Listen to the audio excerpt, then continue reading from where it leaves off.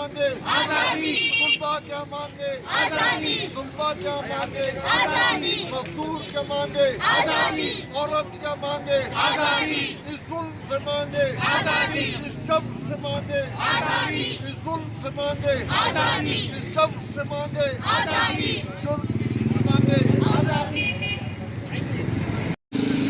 तमाम missing persons को बाजियाब करो, बाजियाब करो। तमाम मिसिंग पर्सन्स को बाजियाब करो, बाजियाब करो। तमाम मिसिंग पर्सन्स को बाजियाब करो, बाजियाब करो। इदरीस खटक को बाजियाब करो, बाजियाब करो। इदरीस खटक को बाजियाब करो, बाजियाब करो। इदरीस खटक को बाजियाब करो, बाजियाब करो। फैसल को बाजियाब करो, बाजियाब करो। डॉक्टर दीन मोहम्मद को करो, बंद करो, ये अगवागिरी बंद करो, ये अगवागिरी बंद करो, ये मारामारी बंद करो, ये मारामारी बंद करो। सही छे सियासी पार्टियां में हमकर स्ट्रीट पावर या दम हस्ते अमावजी हजारानी तादाद था लापता कारकुनाना रियासती आज़ाद खनाइनी दुम यक में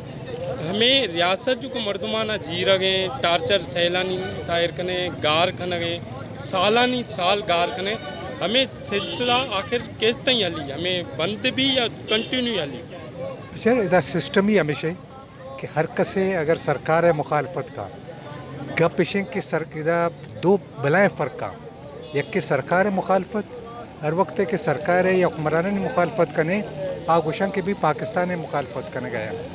इदरीस कटक एक पॉलिटिकल वर्कर है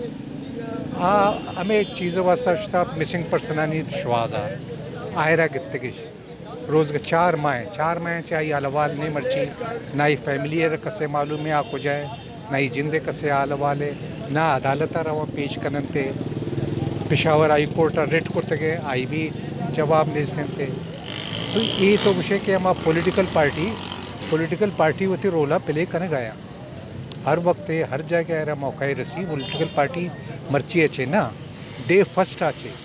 कि अम्हा के अयूबा चे ये स्टार्ट है अयूबा चे सारिया भी मखलूका कार करता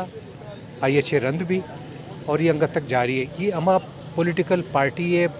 एहतजाज पॉलिटिकल पार्टी है कारकिर्दगी है कि मुल्क तो का 1 यूनिट पुरुष था मुल्क तो का सूबा बहाल बूतेगा मुल्क तो का एबडो ख़त्म भी एबडो वो 10 साल ख़त्म करता हाई ख़त्म करतेगा मुल्क तो का 1 मैन 1 वोट हमें पॉलिटिकल पार्टियाँ ने डिमांड बूतेगा हमें करतेगा अच्छा मिसिंग पर्सन का इशू जगह हर पॉलिटिकल पार्टी है जुदा मौक़िफ़ है क्या बात है कसी मौक़िफ़ जदा है यक मौक़िफ़ जगह आवार छाप न भी हाँ जी कि वे पॉलिटिकल से मिसिंग पर्सन चे कस्से बाशद सिंधे भी पंजाबे भी बलूचिस्तानी भी KPK भी या दिखे जागे भी माँ आई वस्ता आवाज़ चेस्ट करें आईनी बहाली वस्ता आईनी बाजाबी वस्ता हर वक्त कोशिश करें पानी दूसरे ईशानी वस्ता में हर वक्त वो कारा करने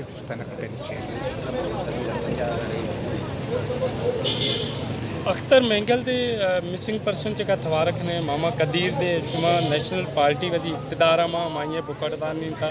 शमूलियत नखस आखिर वजह छे इक़्तिदार में शुमा हस्तस हो तो स्टेबलिशमेंट है ज़बान इक़्तिदार दरा तो अवामी ज़बान नेशनल पार्टी है और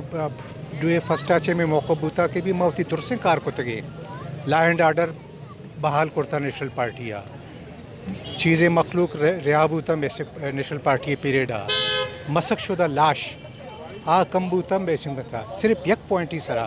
माँ हर वक्त गुशें कि ये पॉइंट सरा आया मैं गुमा एग्री न बूता माँ ये कारकुट न होता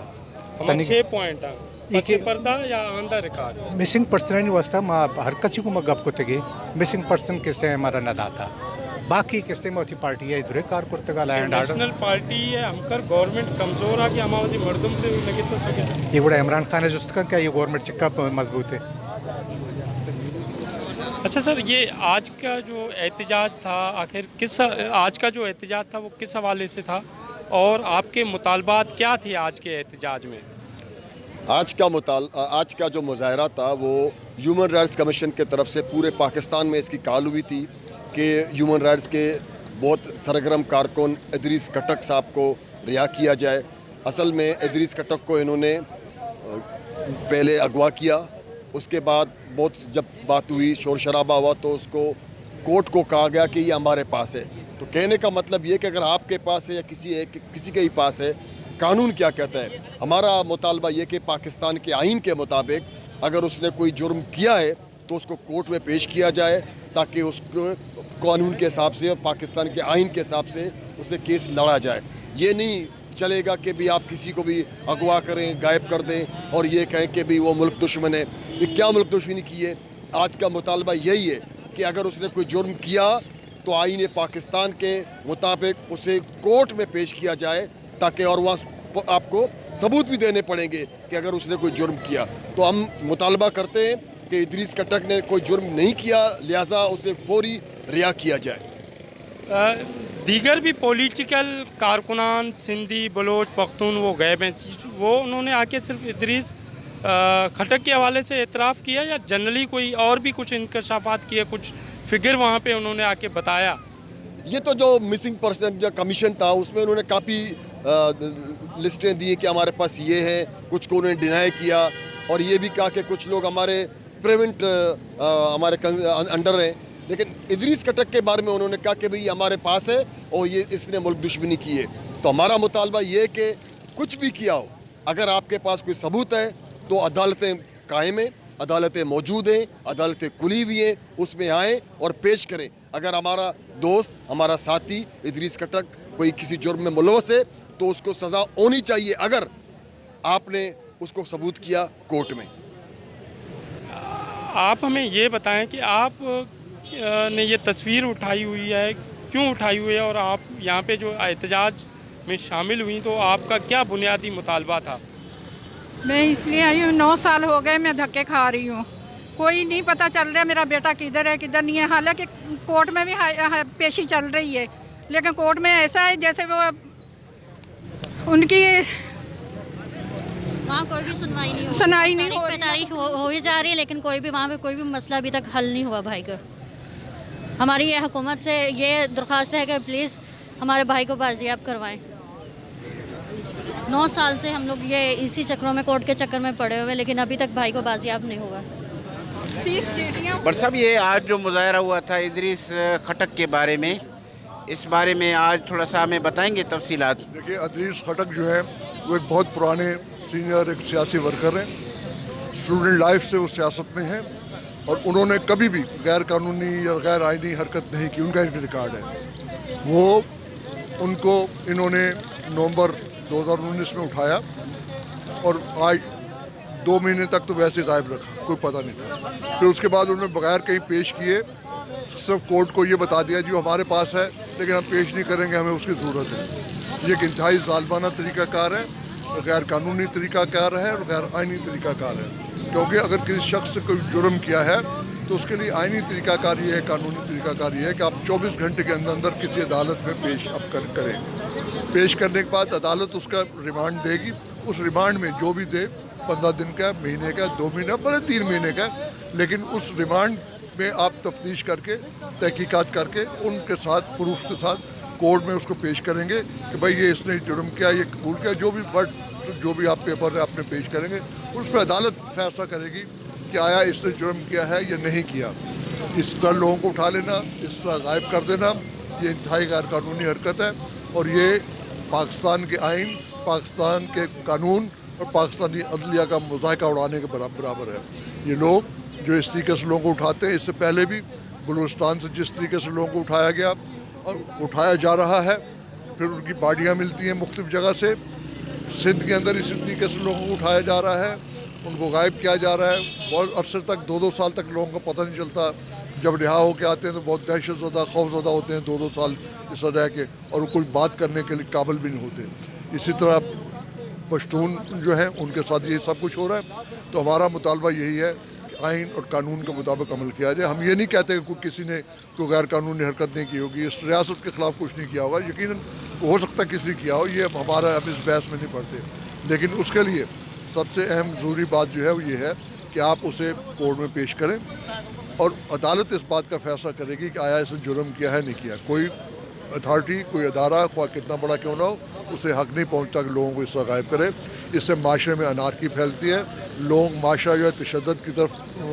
बढ़ता है। लोग ये समझते हैं कि ये चूँकि इनके पास बंदूक है, इनके पास असला है, जो लोग मुनज़्ज़म है, इसलिए इस तरीके से हमारे साथ गैर कानूनी हरकतें करते हैं, गैर आइनी तरीके से चादर और चार दीवारी तो इस्तेमाल करते हुए घरों में कूद के हमको उठाते हैं। तो अगर हम भी अपने आप को मुनज़्ज़म करें, हम भी अगर हथियार उठा लें तो हम शायद इनका मुकाबला कर सकें। तो ये मुल्क की सालमियत के भी ख़िलाफ़ है, मुल्क के आइन के ख़िलाफ़ है। तो खुदारा इन बात को समझे, इस मुल्क को कायम रखना है, मुल्क हमें बहुत प्यारा है, तो अब इसको आइन के मुताबिक चलाने की कोशिश करें, कानून के मुताबिक चलाने की कोशिश करें। हमारा ये इनसे मुताबिक। अच्छा असद साहब, एक चीज़ और है, हम ये देख रहे हैं कि भाई जो है ज़ाहिर हर एक शख्स का अपना अपना एक नज़रिया होता है, सोच होता है। मेरे ख्याल में अगर कोई किसी का मुतालबा है, कोई डिमांड है, अगर कोई बेचारा काम भी कर रहा है तो उसका ये मतलब नहीं है कोई वो रियासत के ख़िलाफ़ होता है, ज़ाहिर है उसकी मजबूरियाँ होती। फिर रियासत की तरफ से इतनी सख्ती क्यों? ये बिल्कुल आपकी बात सही है। देखिए, आइनी तौर पर हर फर्द को अपना इज्तिमा करने, अपने नज़रिया एक रखने और उस नज़रिए के लिए लोगों को मुनज़्ज़म करने, उसकी तबलीग करने का हक़ हासिल है। और ये हर फर्द को, हर शहरी को इस बात का हक़ है कि ये हक़ किसी से छीना नहीं जा सकता आइनी तौर पर। और इस बात पे कदगन लगाना कि फ़लाना चूँकि हमसे मुख्तलिफ नज़रिया रखता है, हमसे मुख्तलिफ ख़यालात रखता है, हमसे मुख्तलिफ अंदाज में सोचता है, तो उसको इस बुनियाद पर या मजहबी तौर पर कोई अलग ख़यालात रखता है, इस बुनियाद पर लोगों को के दरमियान डिस्क्रिमिनेट किया जाएगा, लोगों के खिलाफ जुल्म और सितम किया जाएगा, लोगों को इस तरह निशाना बनाया जाएगा जुल्म का। तो ये भी आइन के ख़िलाफ़ है, क्योंकि आइन जब आज़ादी देता है, इज्तिमा की आज़ादी देता है, बात कहने की आज़ादी देता है कि हर शख्स को अपनी बात कहने का हक़ हासिल है, तो उसके बाद फिर सारी बातें ख़त्म हो जाती हैं। मेहरबानी।